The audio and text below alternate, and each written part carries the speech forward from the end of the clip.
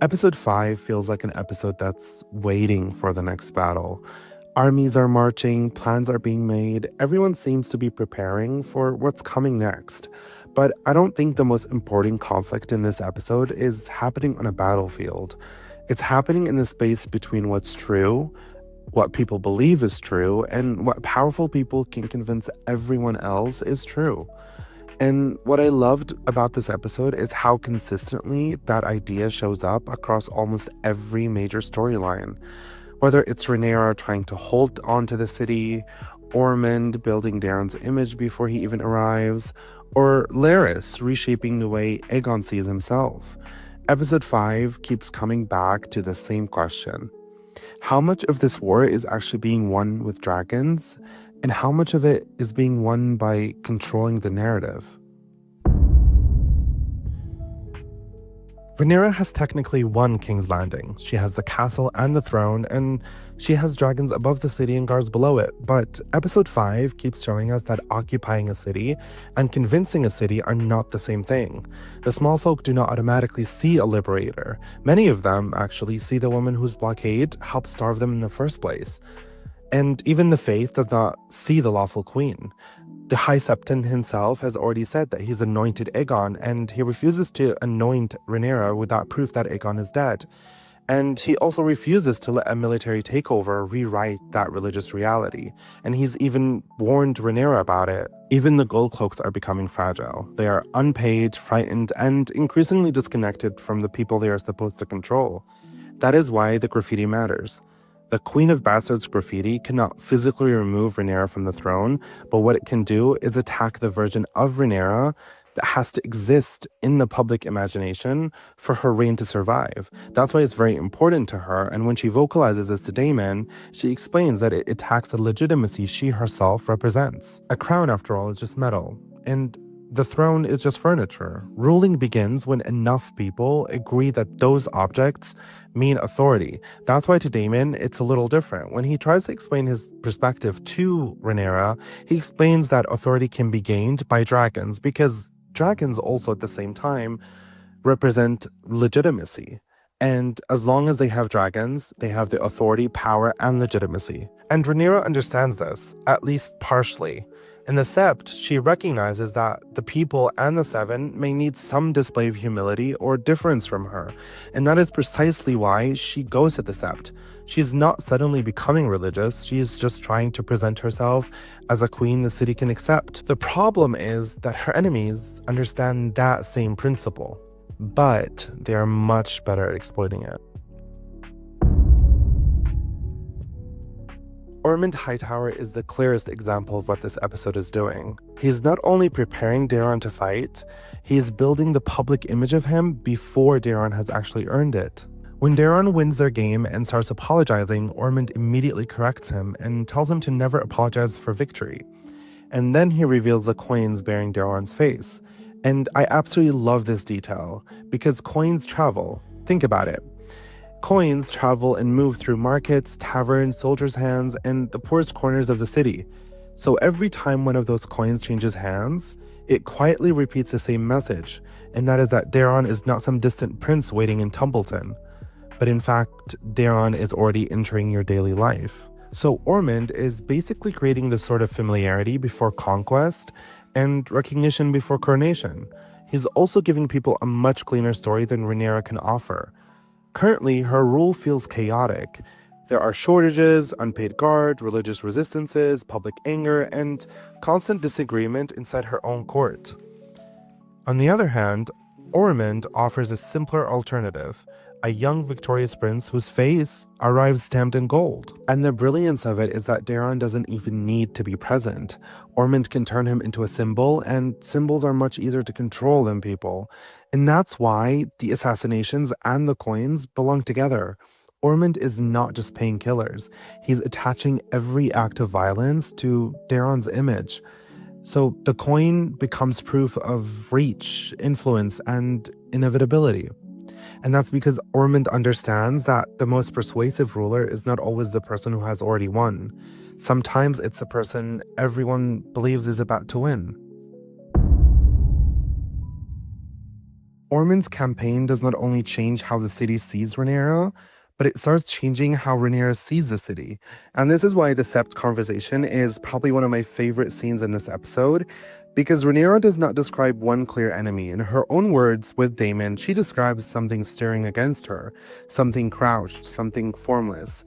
And that language matters, because fear usually has an object, a dragon, an army, an assassin. But paranoia begins when separate events start feeling connected. But the person experiencing them cannot yet see the design clearly enough to prove it. And the episode is careful here, because Rhaenyra is not imagining the conspiracy. Gold cloaks are really being murdered, and Ormond really is financing destabilization. The city really is turning against her. Her instinct is correct, but the way she experiences that truth is becoming unstable. Daemon looks at the same situation in concrete terms. He sees unpaid guards, dead men, public unrest, and a security failure, but these are all problems that can be investigated and solved. Rhaenyra experiences those same facts as something everywhere at once. They are no longer only disagreeing over strategy, they are beginning to occupy different realities. Daemon thinks that the enemy can be found, but Rhaenyra feels that the enemy has already entered the walls, the court, the city, and eventually her own mind. And that is also why she keeps reaching toward symbols, whether that be the throne, the faith, revenge against Aemond and Vhagar, or even displays of authority. And that's because when reality starts feeling formless, symbols can feel like the only solid things left. But the episode is not saying Rhaenyra has lost her mind. It's showing something more unsettling. And that's that her enemies are learning to govern what she notices, what she fears, and how she interprets the world around her. The battle for perception becomes much more personal with Larys and Aegon. Aegon sees himself as the brother who was denied Aemond's strength, discipline, and advantages. So Larys attacks that story directly. He forces Aegon to look at his life from the outside. He was the king's eldest son, he had the best teachers, he had great opportunities and a magnificent dragon, and he wasted almost all of it. And it's not a comforting speech, it's a brutal correction of self-perception. Larys needs Aegon to stop seeing himself as the passive victim of Aemond's superiority, because that version of Aegon is useless. He replaces it with a harsher version, a man responsible for his own ruin, which means he may still be responsible for what he becomes next. Larys does not hand Aegon power in that scene. He changes the story Aegon tells himself, so power can become imaginable again. Alicent and Helaena are also fighting over interpretation. To Alicent, ending the pregnancy is protection. She's thinking about what Rhaenyra could do with another child who has a claim. So in Alicent's mind, this is a terrible choice made necessary by a more terrible danger. Helaena, of course, sees it differently. After Jaehaerys, she refuses to let another child become a political calculation disguised as protection. And what makes this scene work is that neither woman is confused about the danger. They're arguing over what the danger gives them permission to do. So Alicent sees survival, but Helaena sees another theft. At Harrenhal, Alys controls perception almost literally. She uses bats, shadows, old stories, and the castle's reputation as a defense stronger than the walls. The bounty hunters don't run because they see a monster, they run because Alys gives their uncertainty a supernatural explanation, and that's why it's so creepy. With Aemond, she does something much quieter. His entire identity has been built around being feared, being capable, and being Vhagar's rider. Now he's injured, alone, and separated from the dragon that made him feel invincible. So Alys doesn't simply nurse his wounds, she becomes the one person encouraging him to confront the guilt and the fear and the uncertainty that he spent his entire life trying to bury. So in a way, Harrenhal doesn't create those fears, it simply gives them a voice. Criston's storyline was very interesting this episode, because we see in this episode that he obviously can't control the military reality anymore. His men are trapped, outnumbered, exhausted, and being pushed towards destruction. So what he tries to do is try to control how that destruction will be remembered. He imagines a glorious death, clear-eyed, unbent, and no longer serving somebody else. A death important enough that song will carry his name back to Alicent.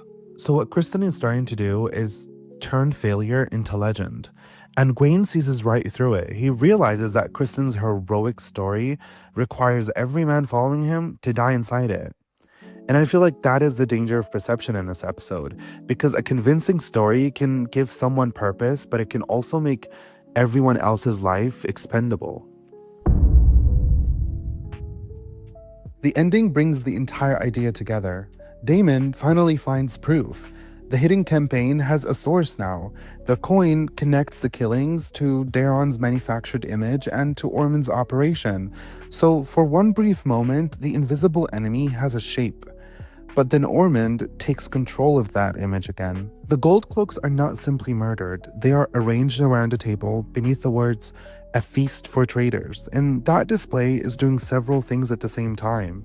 To the surviving gold cloaks, it says that loyalty to Rhaenyra will not protect you. To the small folk, it says the queen's own guards can be reached, killed, and displayed inside the city she claims to control. To potential conspirators, it says that Ormund's network is already among you. And to Rhaenyra, it confirms the nightmares she could feel but could not name. But the most important part is the word traitors. Those men may have seen themselves as loyal soldiers, and Daemon may have seen them as the institution holding Rhaenyra's rule together. However, Ormund erases both meanings and replaces them with his own. He kills the men, stages the image, writes the caption, and forces everybody else to encounter their deaths through his interpretation. And that's because he does not only kill them, he tells the realm what their deaths mean. And that is why the feast is more than intimidation, it's authorship. And it proves the episode's central idea. Once war becomes a battle for perception, violence is not enough. Violence has to be framed, displayed, and turned into a story. As an episode, I found it to be very interesting and very enjoyable to sit through. And I do feel like it's a little bit underrated. I mean, considering the discourse going online right now of how it's dividing people. But again, if you came in hoping for another Rook's Rest or Battle of the Gullet, I can understand why this one might feel slower. But I actually think episode 5 is doing something much more difficult. Instead of moving the war forward with another massive set piece, it asks what happens after victory. How do you keep power once you've taken it? How do you undermine an enemy you can't reach? And how do you convince an entire realm to see the same events the way you do? That's why so many of my favorite scenes this season weren't action scenes at all, if I'm being honest. They were these conversations, these dialogues, and I believe those moments aren't as flashy as dragon battles, I'll admit, but I think they're what makes this world feel believable. Wars aren't won by force alone. They're won by legitimacy, reputation, fear, and persuasion. And episode 5 understands that better than almost any episode this season. And I'm not saying it's my favorite episode of the season, but it's not the worst either. And that's it for today's video. If you enjoyed the video, please consider subscribing. I plan on covering every episode this season, and I'd love to have you along for the ride. And feel free to let me know your thoughts down in the comments below. But thanks again for watching, and I'll see you in the next one.